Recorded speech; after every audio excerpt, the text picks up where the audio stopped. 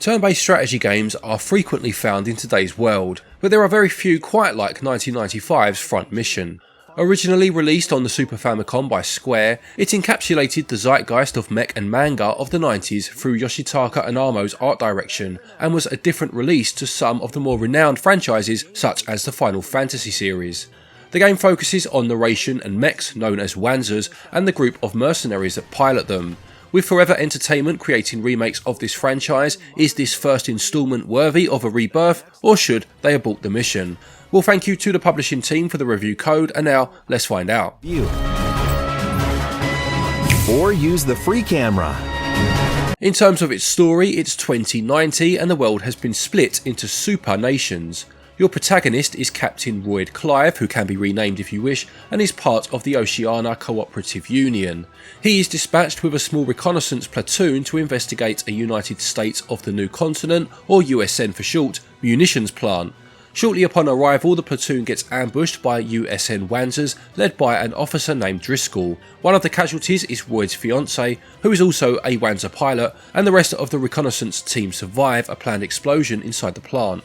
1 year later, Royd is made an offer that he cannot refuse to lead the mercenary group known as the Canyon Crows and help win the war, and in return find his fiancée's killer. So gameplay wise, this is a turn-based strategy RPG with heavy emphasis on random number generator battle results, as well as downtime to bolster your team and upgrade your mechs. This version includes the classic mode with updated visuals, as well as a remastered version which includes a new take on the soundtrack, a tactical map and a free moving camera. There are also 2 different stories to choose from, allowing the player to experience the events from both sides of the conflict. The combat consists of maps with different inclines where the Wanzers take turns to battle each other. This is not too dissimilar to other games in the genre, except these mechs are a bit like onions as they have many layers and they will eventually make you cry. Each mech has 4 independent health bars represented as body parts, the left and right arm, the legs and the torso.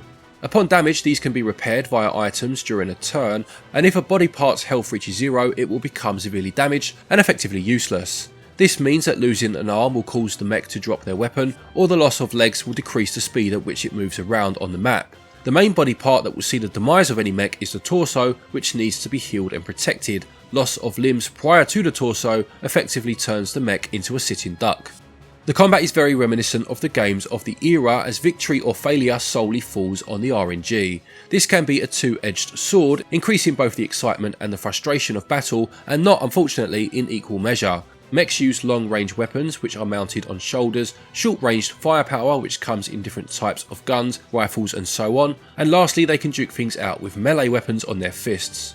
Melee attacks will damage one body part, whilst firing will spread the damage onto different body parts. There is no real way to select where to hit unless the pilot has the skill unlocked, and more on that in a minute. The random nature of battle can make it feel unfair at times, and in a game where mechs can be upgraded with better parts, the novelty of saving your hard-earned money to improve your Steel Titan becomes somewhat redundant because of this. I was at my wit's end during my first playthrough for this review and decreased the difficulty down slightly, which causes enemy damage to be halved. This made the gameplay more enjoyable and engaging, and I must say that not all is bad, and I hate to focus on how antiquated the mechanic really is. Games from the Super Nintendo era were for the most part extremely punishing, and this being a remake, I just would have possibly expected a bit more flexibility in this regard. To be fair, it didn't deter my campaign across the island, as to its credit there are many layers to this game. Each pilot will have affinity tilting towards one of the attack options mentioned earlier, meaning that some will be better at close combat whilst others at ranged attacks. The trick is to create the perfect harmony between both pilot and mech to really get the best out of them. Pilots also gain different skills as they level up. There are some, such as the guide skill, which allows attacks to land on a chosen body part, or the switch skill, which allows for a shot of each gun equipped. These skills are passive and just require the player to unlock them. Most of the missions will require the player to defeat all enemies on the map or complete a specific task within the time limit. There are many different biomes, including arid deserts and metropolitan cities, and each tile will have a cover rating which affects the likelihood of an attack to land. When not in battle, your platoon will carry out other activities in towns dotted around the island. These have a number of useful establishments that are critical to your success. The shops, for example, carry an assortment of mech parts and items, and for a fee will attach components to your Wanzer. The bar is a great place to get hints from locals, and the arena offers the player a chance to make money and test out their new mech tune-up. It's also where most of the potential recruits will challenge you before agreeing to join your team. As far as the controls are concerned, they do the job well, but they could have taken inspiration from modern games of its ilk and added features like a radar map on screen or the ability to prepare your mechs with items and weapon swaps before deploying for battle. The modern settings introduce a free camera which does allow for orbit around your unit, but not at a full 360 degrees. This remake does have some good quality of life improvements, but it does just fall a bit short. It feels like a version 1.5 than a fully fledged 2.0, but there is fun to be had here and fans of the material will enjoy the game, but the developers have maybe missed a trick in updating some of the more antiquated elements, surely job number 1 for any remake. Gameplay gets 11 out of 20 and controls score 15 out of 20. Front Mission First Remake offers either a classic or modern mode which affects the playstyle and the soundtrack, with the latter having a remastered variation. The visuals do not change that much between modes, and a possible 16-bit aesthetic option would have been a real treat, although perhaps that is just the nostalgia in me talking. What's on offer though is crisp and detailed, with distant blurs making the isometric battle zone pop off the screen. The detail of the animations is decent and the battle screens do their job.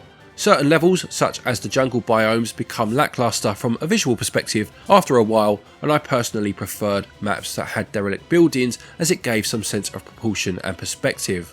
Having said that, it does become slightly awkward to see units amongst the scenery, mainly due to the slight restrictions to the camera. Anything behind an obstacle appears as a red shadow on the screen, which does help to pinpoint the mechs, but possibly an option to see through props, as seen in games like XCOM, could have been included too. Settlements are screens with a menu where you can select where to go, and the background, as well as the ones during the loading screens, do offer a visual representation of the dystopian world the game takes place in. I am personally relieved that Yoshitaka and Amo's art remains in some capacity within the game, in particular the character faces during dialogue. Music is dramatic and fitting with the theme of the story, but becomes very repetitive after a while. This includes the sound of crows in the rural maps and the car alarms in cities. The remastered version is a good addition, especially if you are a fan of the original soundtrack and experience the game in its heyday. Visuals score 15 out of 20 and audio gets 14 out of 20. Front Mission First Remake costs £31.49 and regional equivalents are on your screen now. The game has 2 campaigns, lots of hours of mech customization, and a decent character roster that may require a few playthroughs to complete. There are just too many missed opportunities though in respect of bringing a 27-year-old game to the modern era. Granted, there are some cosmetic and audio improvements, but at its core, the game is showing its age, both in difficulty and accessibility. Personally, I would be waiting for a sale, as I don't think there's enough innovation here, with the remake playing it very safe, but purists will most certainly enjoy it, and this section will no doubt score higher for them as a result. On balance though, value gets 12 out of 20. To conclude, it's not an easy feat to undertake a remake of any kind or size, mainly because you cannot please everyone. I really did enjoy some elements of my time with Front Mission, especially since I missed it the first time round, but having said that, I would have at least expected the development team to have taken a few pointers from other remakes out there, as gaming trends and accessibility options change obviously over time. As mentioned before, adding a true modern mode with contemporary gaming mechanics would really help bring in newcomers to the revitalised series. I'm hoping that the developers take their time with the other announced remakes and dare to experiment with the genre and the franchise a little more if they can. If you love mech battles and strategy games, this is one to look into, or at least wait to see what else they do with the second remake, which is out next year.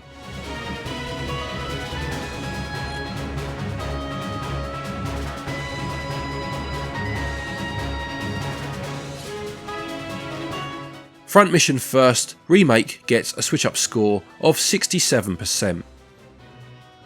Thank you everybody for watching this review, I hope you enjoyed it. Please do remember to leave a like if you did. A big thank you to Azdin of Grinning Wolf Games for writing this one for us. Please do check out his channel, there is a link to it in the top pinned comment. Don't forget, if you are looking for eShop credit to get yourself this game or any other for that matter, you can purchase your eShop cards from our website, switchup.gg. you can get yourself 10% off of the price if you use the code SwitchUp. Helps you out, of course, and it also helps to support the channel, which is very much appreciated. And there is also a link down there to Play Asia. If you're looking to get yourself any imports, again, use the link, use the code, and you can get yourself 5% off of an order from there. A quick thank you to our Patreons and our channel members for your continued support, and to each and every one of you for watching our videos. Take care, and until next time, happy gaming.